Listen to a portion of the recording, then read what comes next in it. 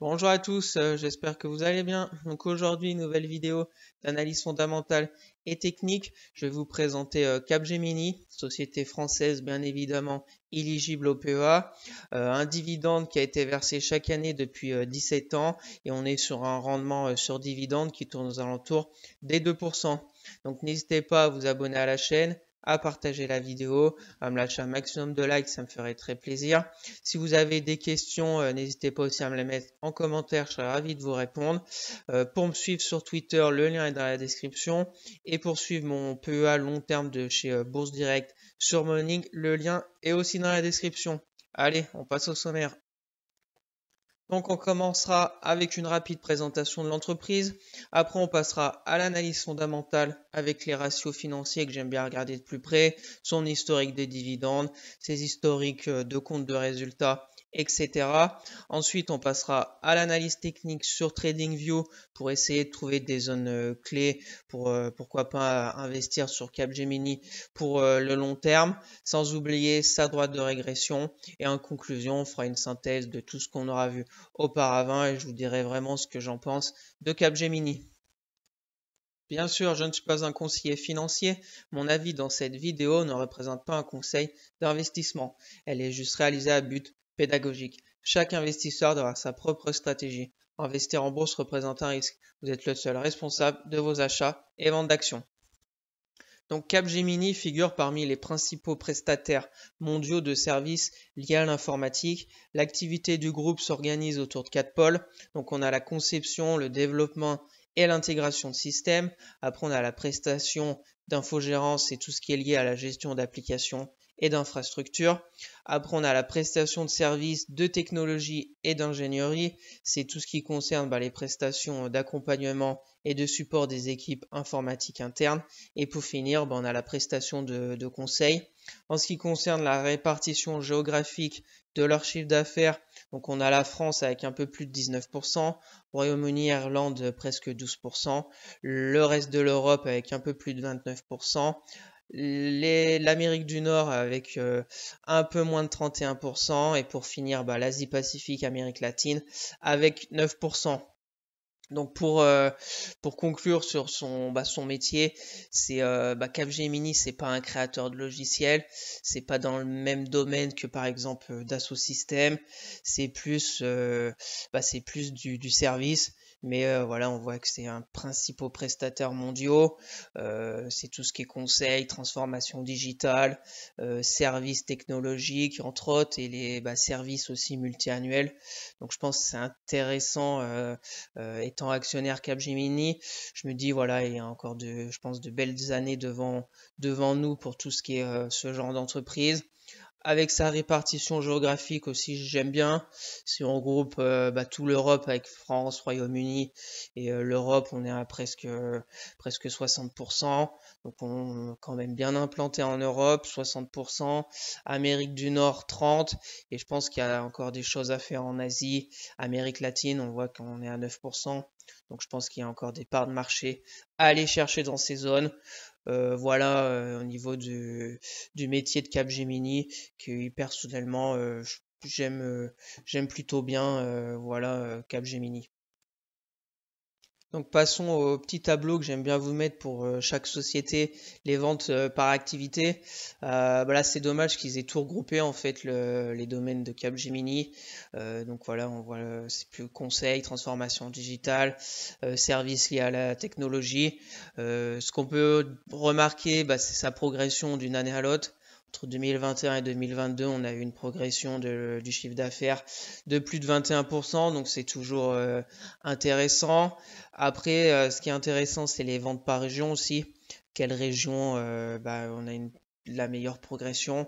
Donc on voit que déjà l'Amérique du Nord, c'est pas mal parce qu'on est, ça représente son plus gros poids de chiffre d'affaires.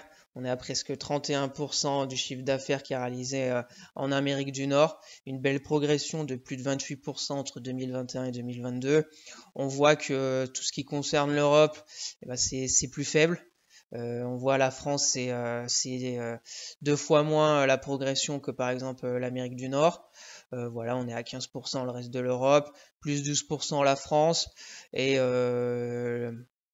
Royaume-Uni, Irlande, plus 20%, intéressant, mais ça représente un plus petit poids.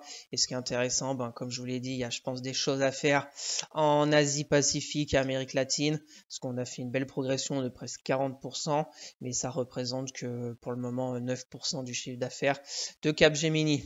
Donc voilà au niveau de ce petit tableau que j'aime bien regarder chaque année pour chaque entreprise. Donc passons maintenant à l'analyse fondamentale pour Capgemini. Donc secteur d'activité technologie, prix du moment de l'action à peu près 165 euros.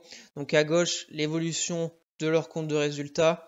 Ce qu'on peut remarquer, c'est un chiffre d'affaires en constante augmentation, des marges nettes et marges d'exploitation aussi en constante augmentation, sauf bien évidemment en 2021 où elles avaient un peu baissé avec la crise du Covid. Mais voilà, quand on a des comptes de résultats comme ça, c'est parfait. Chiffre d'affaires qui augmente, marge d'exploitation qui augmente.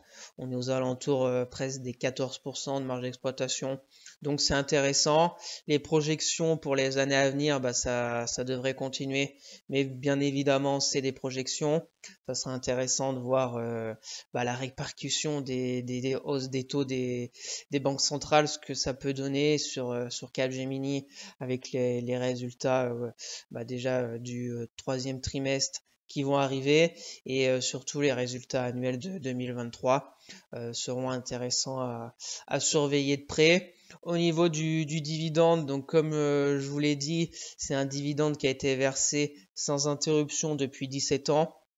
Donc c'est plutôt intéressant pour une stratégie à dividende. On est en ce moment sur un rendement d'à peu près 2%. Donc c'est pas négligeable, surtout avec une société de la tech de croissance. Voilà pourquoi aussi j'ai choisi d'investir dans Capgemini pour le long terme. On voit dans le passé des dividendes, on a bien progressé depuis 2020. Voilà, on est à 3,25 € par action cette année pour l'exercice de 2022. Donc ça nous fait une augmentation de 35% par rapport à l'année dernière. Donc espérons que ça continue comme ça dans les années à venir. Au niveau des ratios financiers que j'aime bien regarder de plus près, on a le ROE qui correspond au résultat net divisé par les capitaux propres. Plus il est élevé, plus les capitaux utilisés sont rentables. Donc là aussi intéressant, on est ressorti à 17% en 2022. On voit aussi que chaque année le ROE augmente. Donc c'est un très bon point positif pour Capgemini. Ensuite, les dettes avec le leverage, c'est la capacité de l'entreprise à rembourser sa dette. Il exprime en combien d'années l'entreprise est capable de rembourser sa dette au moyen de son EBITDA. Donc là, voilà, je me fixe toujours 3 fois vraiment maximum. Bien évidemment, après, on peut faire du cas par cas. Mais là, Capgemini, il n'y a pas du tout de danger. On a même baissé en 2000 sur les résultats 2022. On est à 0,82 fois. Donc voilà, c'est stable. 2020, crise Covid, on était monté presque à 2 fois. Après, on est bien redescendu. Donc rien à signaler de ce côté-là. Au niveau du payout ratio qui correspond au dividende par action divisé par les bénéfices nets par action, il exprime le taux de distribution des bénéfices envers ses actionnaires. Donc là, je me suis fixé à peu près 50%. J'ai été sur le site de Capgemini. Je vous conseille pour chaque action qui vous intéresse pour investir d'aller déjà sur leur site internet qui est très intéressant. Il y a vraiment toutes les données, tous les ratios financiers, tout ce qu'il faut regarder. Là, je peux pas vous mettre 50 ratios financiers et sinon la vidéo durerait bien trop longtemps. Donc je vous en sélectionne quelques-uns, et je pense pas les principaux, mais je vais dire les dans plusieurs domaines on a tout ce qui concerne par exemple les dettes, la rentabilité, le PER, la valorisation. Donc je vous en mets quelques-uns, mais n'hésitez surtout pas à aller sur les sites internet des entreprises qui sont très bien faits et où ils expliquent leur fonctionnement. Par exemple, Capgemini, ils ont un payout ratio qui veulent pas dépasser 40%. Voilà, donc on voit très bien avec les chiffres qu'on est en dessous des 40%. Leur limite, c'est à peu près 40%. Donc si on veut un dividende qui augmente chaque année, il faudra que Capgemini ait un bénéfice net par action qui augmente aussi chaque année pour que le payout ratio reste aux alentours des 35, 30, voire 40%. Donc après au niveau du PER, qui je vous le rappelle, c'est correspond au nombre de fois que le bénéfice net par action est capitalisé dans le cours de l'action. Plus le PER est élevé, plus la société est jugée chère en termes relatifs bien sûr. Donc là en 2022 on est bien descendu parce que déjà le cours a descendu aussi. Donc on est à 17,7 fois. Voilà, on n'a pas un PER vraiment énorme pour une société de la tech. Voilà. Là, on verra tout à l'heure avec l'analyse technique qu'on est en train aussi de corriger sur le cours, mais on s'était envolé en 2021 pour preuve avec un PER à 32 fois. Donc on verra tout de suite après avec l'analyse technique où est-ce qu'on en est sur Capgemini. Est-ce qu'on a des zones intéressantes pour pourquoi pas ouvrir une position ou comme pour ma part me renforcer sur Capgemini. Donc voilà au niveau de l'analyse fondamentale pour faire une rapide synthèse, pour moi, tous les voyants sont au vert pour Capgemini. On a un chiffre d'affaires, marge d'exploitation qui augmente qui augmente chaque année, un dividende qui a été versé sans interruption depuis 17 ans, avec un rendement qui n'est pas négligeable de 2%, qui est en augmentation depuis l'après-Covid. Ça sera intéressant de voir l'année prochaine combien qu'ils vont proposer. Et au niveau des ratios financiers, on voit qu'on est presque aussi tout dans le vert. Donc rien à signaler d'alarmant pour Capgemini pour le moment.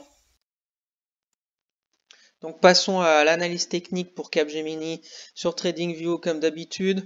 Je suis en mensuel pour vraiment voir l'historique du graphe de Capgemini depuis ses débuts. Donc ce qu'on peut voir, c'était la bulle Internet, 96 jusqu'à 2000. Après l'effondrement, revenu au point de zéro en 2002. Et puis après, plutôt un cours haussier de croissance intéressant quand on voit un mensuel, voilà, un plus haut, correction, plus haut, correction. Là on avait peiné, on était revenu chercher en 2011 et puis après dès qu'on a, là vous voyez ça, je viens de voir aussi un truc intéressant en mensuel. Comme quoi c'est l'analyse technique. C'est intéressant. Voilà, cette belle zone de polarité, comme je vous montre à chaque fois. Là, c'était résistance. On est revenu. On a réussi à faire un pullback, mais ça a cassé. On est revenu là, résistance. Et là, on a travaillé durant. Là, on est en mensuel. Donc, durant presque une année. Un peu moins, il doit y avoir 8 bougies. On a travaillé cette zone de résistance. Et après, ça a explosé à la hausse. Et on a même eu une mèche du mois du crash Covid sur cette zone des 55 euros. Donc voilà, très belle zone de polarité, même en mensuel, très intéressant. Donc voilà, après on a eu le crash Covid et puis après l'envolée. On va se mettre en hebdomadaire quand même pour voir un peu mieux. Donc crash du Covid, avant le crash du Covid, il y avait une grosse résistance des 120 euros à peu près. Vous voyez, pas réussi en 2018, pas réussi 2019, 2020. Crash, on est redescendu vers 55 euros. Après, on est très vite remonté. On s'est encore heurté à la résistance des 120 euros. On a été chercher du soutien sur cette zone. Voilà. On a travaillé la résistance, on l'a cassé, pullback. On s'est envolé jusqu'à 220 euros début d'année 2022. Et depuis, on baisse, mais voilà, lentement. On est presque en range, mais bon, on est plutôt sur une baisse lente, plutôt une correction bien ordonnée. Voilà, peut-être un sorte de triangle. Ouais, je sais pas, affaire à suivre. Ce qu'il en est, je vous rappelle les droites verticales, c'est les semaines que je me suis renforcé sur Capgemini. Donc j'avais pris position en juin 2021, j'avais renforcé ici en janvier et là dernièrement au mois de mai sur cette zone de support. Voilà, si on remet les retracements de Fibo de toutes, on va pas se mettre carrément au plus bas, mais voilà, sur après le crash Covid, on est à peu près sur un 38,2 de retracement. Donc je pense qu'il y a encore de la marge à aller un peu plus bas pour cette consolidation. C'est une consolidation, on va dire, sans violence.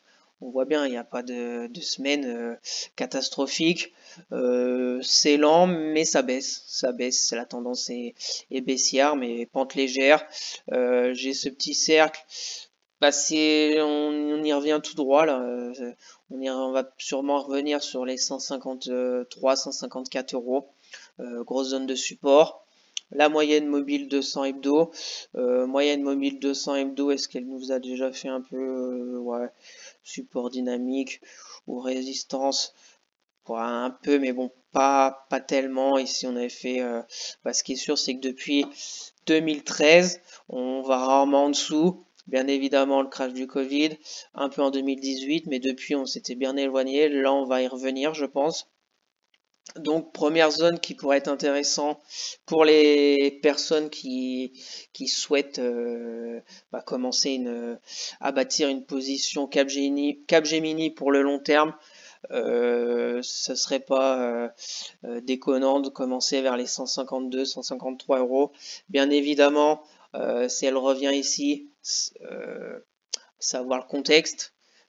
Là, je mets toujours des zones qui peuvent être intéressantes, mais bien évidemment, si on revient ici et qu'il y a, je ne sais pas, vraiment des données macro très décevantes, que le CAC casse tout par le bas, etc., ben, bien évidemment, attendez. Ce qui est sûr, c'est qu'il faut attendre peut-être une reprise la semaine d'après. Voilà, ça c'est des zones qui peuvent être intéressantes si bien évidemment après ça repart. Si on a une bougie hebdo avec un scandale, je ne sais pas, et qui vient vers les 145 euros en ligne droite, attendez, c'est plutôt un couteau qui tombe. Donc attendez que ça se calme pour voir dans quel sens Capgemini pourrait se retourner soit à la hausse ou soit continuer à baisser. Donc première zone 153 euros, 154. Deuxième zone bien sûr. Attendre voir quand elle cassera le support des 154 par où, parce que bon après j'ai une très belle zone, c'est les 118 euros anciennement avant le Covid.